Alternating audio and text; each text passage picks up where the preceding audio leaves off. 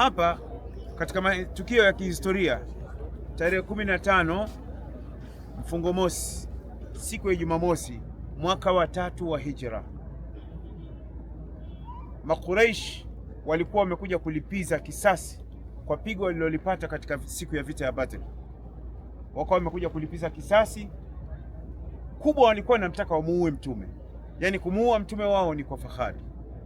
Basi Mwenyezi Mungu anayafanya kwa sababu ni mtume wake, kipenzi chake.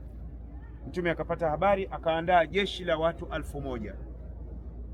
Wakawa wamekuja. Walipofika njiani, eneo ambalo hatukupita lakini tungepita ningewaonesha, kuna mitende mingi sana. Mtume alipofika pale akawahesabu, akawakuta wamebakia masahaba 700, lakini kuna watu 300 wameondoka pale. Wale waliokuwepo 300 ni wale kundi walilojiingiza kwamba na wao wanakwenda kutetea Uislamu, ni katika wale wanafiki.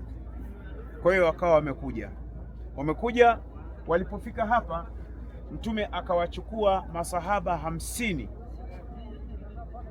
wakiongozwa na Abdullah ibn Jubair, akawaambia wapande kwenye kijilima kidogo pale. Kile kijilima kidogo kinaitwa Jabalur Rumat au Jabalu Ainain, ndio jina ambalo limewekwa katika historia. Akawaambia pale, in raaitumuna huzimna au hazamnahum, mkiona tumepigwa au tumewapiga, fala tabrahu makanakum, siondoke hapa, tulieni hapo hapo. Basi Mtume amekuja na wale watu 700. Walipofika hapa, Mtume sallallahu alaihi wasallam akawapanga masahaba. Mlima wa Uhud wakauweka nyuma ya mgongo namna hii, wakawa naelekea kule. Sasa Khalid ibn al-Walid radhiyallahu anhu, kabla hajasilimu, naye alikuwa katika kile kikosi cha Makuraish.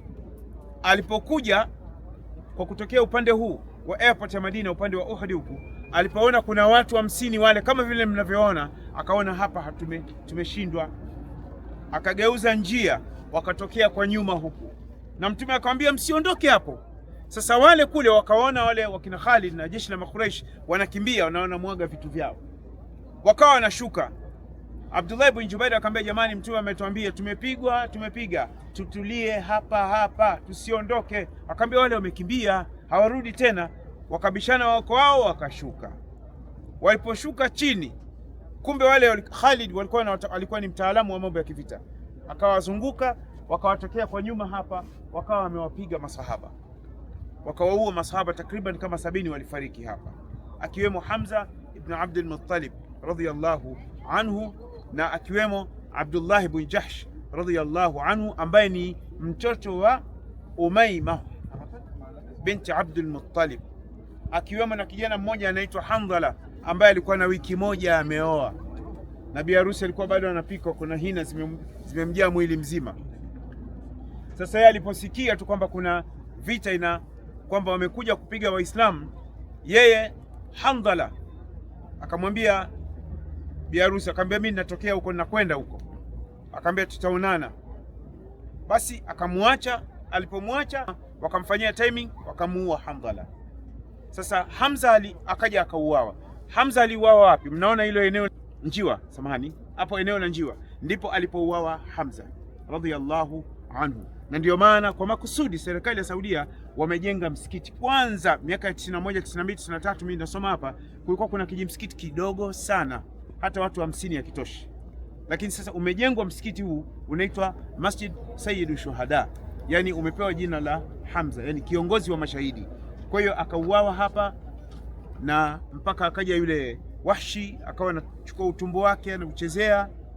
Makuraishi waliona fahari kubwa sana, mpaka Mtume sallallahu alaihi wasallam naye akawa amejeruhiwa na Handhala akawa. Kwa hiyo wakawa wameuawa masahaba takriban kama 70. Mtume wakaenda wakamficha pale hapa kwenye hili jengo ambalo hivi sasa hapa huwezi ukaona, lakini ukisogea hapa kuna kama kijipango. Hili jengo kubwa, ili jekundu kwa juu, kuna pango pale juu. Mtume akaenda akajificha pale, akawa anapigwa mishale, masahaba wakaenda wakamhifadhi, ile mishale ikawa inawapiga wao. Kwa hiyo wakawa wamekuja kuzikwa hapa, wamezikwa ni mara ya pili.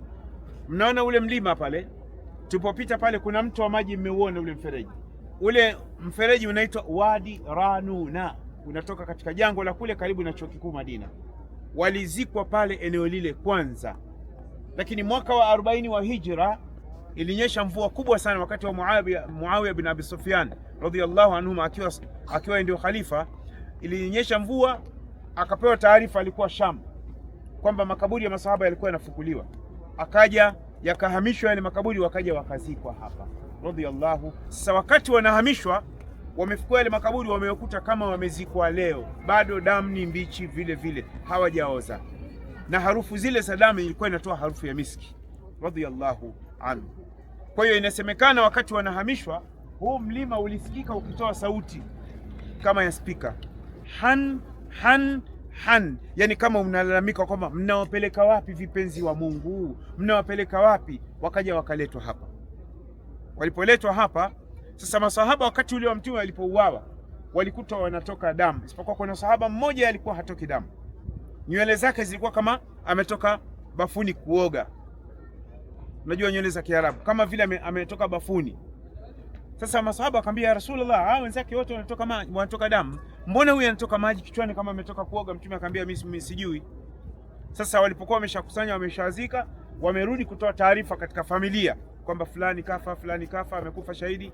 Wakaenda kwa biharusi, wakamwambia mumeo amefariki, Handhala ibn Abi Amir, lakini tumemkuta anatoa maji kichwani kama ameoga. Mtume anamuuliza, akamwambia, ya Rasulullah, ametoka hapa, tulikuwa mimi na yeye tumemaliza kufanya tendo la ndoa, hajajitaharisha.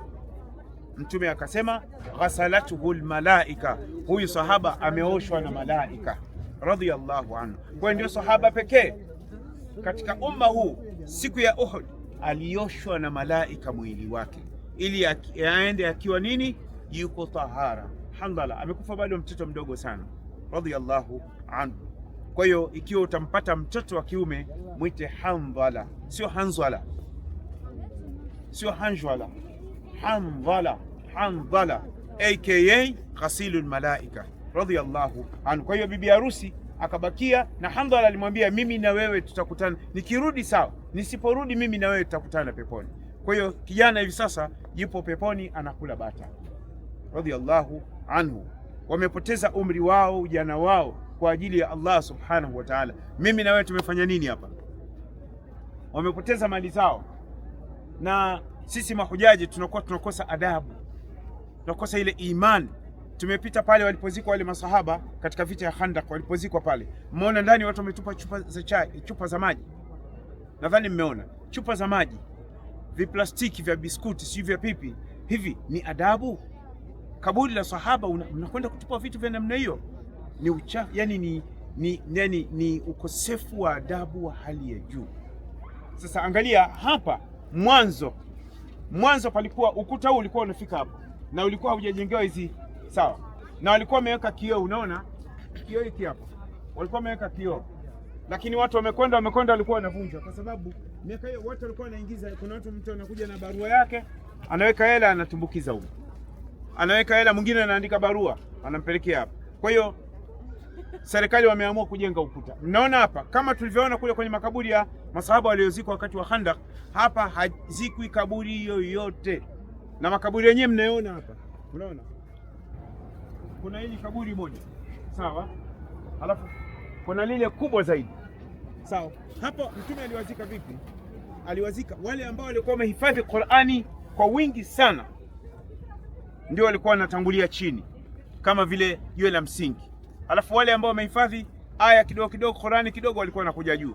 Watu kama kina sisi, watu watabatiada inatainaka qul wallahu, ndio wanakuja juu, lakini wale wenyewe ambao wamehifadhi Qur'ani yote wapo sawa, lakini inatainaka alam tara kaifa faala rabbuka bi ashabil fil, ndio walikuwa wanakuja juu, kwa sababu hawa ni watu wepesi. Kwa hiyo wamezikwa hapa radhiyallahu anhum. Kwa hiyo hapa panaitwa Uhud, na huu mlima huu ni katika milima ya peponi. Mwaka 1980 wakati wa mfalme Fahad rahimahullah, walikuja wataalamu wa mambo ya madini, wakawa wamepima huu mlima una madini inaweza ikachimbwa miaka 1500. Madini inaweza ikachimbwa miaka 1500, na ni utajiri mkubwa wa Saudia. Kwa hiyo wakasema huu mlima una utajiri Saudia mpaka dunia inaondoka. Mfalme Fahd akasema kuanzia sasa hivi mlima huu ni wa Waislamu, ni mali ya Waislamu, si ya Wasaudia. Usichimbwe, uachwe kama jinsi ulivyo. Na ndio maana unaona una athari. Wataalamu wa madini wanafahamu huu mlima una urefu wa kilomita 8 na upana wake una urefu wa kilomita 4. Kwa hiyo unaitwa Uhud. Huu mlima umetolewa peponi ukaja ukazikwa, ukawekwa hapa. Mwenyezi Mungu ameuweka hapa, na ndipo alipopandaa kwamba mtume wake wa mwisho kipenzi chake sallallahu alaihi wasallama atakuja kuhamia hapa. Kwa hiyo hapa tumekuja kama kumbukumbu ya sehemu ya historia, na bahati nzuri kuna historia pale ya Kiarabu na ya Kiingereza imeandikwa pale. Tumeelewana vizuri? Nadhani hapa panatosha. Tumuombe Mwenyezi Mungu Subhanahu wa Ta'ala atujalie na sisi tuwe katika watu wema, lau kama hatuna matendo mema.